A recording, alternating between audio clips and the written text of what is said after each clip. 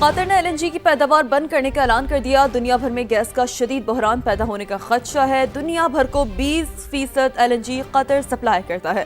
غیر ملکی خبر ایجنسی کے مطابق قطر کے پیداواری یونٹس کو ایرانی حملوں میں نشانہ بنایا گیا۔ اب ہرمز کی بندش سے بھی صورتحال زیادہ بگڑی ہے۔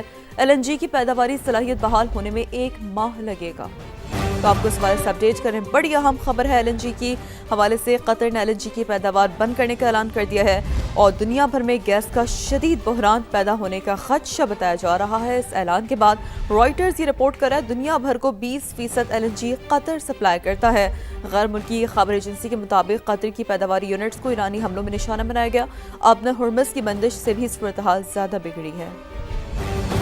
امریکہ کا تیل کی عالمی منڈی پر دباؤ کم کرنے کے لیے بڑا فیصلہ۔ خبر ایجنسی کے مطابق امریکہ نے سمندر میں موجود روسی تیل کی فروخت کی اجازت دے دی۔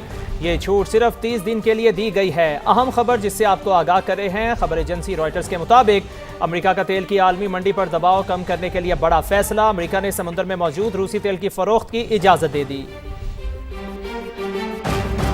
مشرق وسطی میں کشیدگی، ملک میں ایندھن کے ممکنہ بحران سے نمٹنے کا مشن۔ وزیر اعظم شہباز شریف نے آج ہنگامی اجلاس بلا لیا۔ قومی ایکشن پلان پر غور ہوگا۔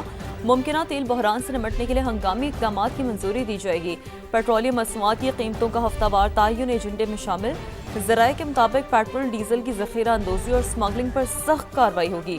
LNG، LPG، قدرتی گیس ترجیحی شعبوں کو فراہم کی جائے گی۔ کابینہ کی اقتصادی رابطہ کمیٹی کا اہم اجلاس بھی آج طلب۔ تعلیمی اداروں میں آن لائن کلاسز اور ورک فرام ہوم سمیت متعدد تجاویز دی جائیں گی۔ کارپوریٹ سیکٹر سمیت نجی اداروں میں بھی ورک فرام ہوم سے متعلق سفارشات تیار کی گئی ہیں۔ مشرق وسطی میں کشیدہ صورتحال کے باعث RLNG کی سپلائی متاثر۔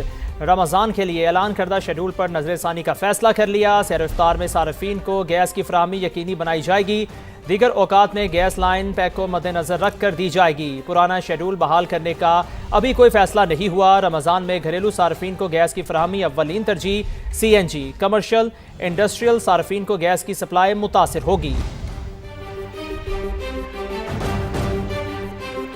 وزیر اعظم محمد شہباز شریف کے ملیشین وزیر اعظم اور انڈونیشیا کے صدر سے ٹیلی فونک رابطے۔ مشرق وسطی کی کشیدہ صورتحال پر تشویش کا اظہار کیا گیا۔ رہنماؤں نے سفارتی رابطے جاری رکھنے پر اتفاق کیا۔ وزیر اعظم شہباز شریف نے کہا ایران پر اسرائیلی حملوں اور خلیجی ممالک کے خلاف کارروائیوں پر شدید تشویش ہے۔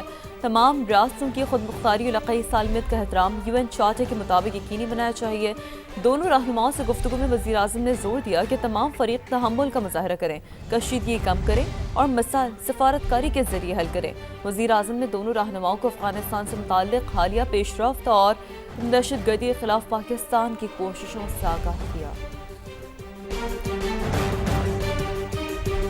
پاکستان کشیدگی کے خاتمے کے لیے کوشش کر رہا ہے۔ وزیر اعظم اور فیلڈ مارشل نے کوششیں کی جو اب بھی جاری ہیں کہ یہ جنگ بند ہو۔ رانا ثناء اللہ کی پروگرام ندیم ملک لائیو میں گفتگو، کہا PTI کو وزیر اعظم ہاؤس میں بریفنگ میں جانا چاہیے تھا۔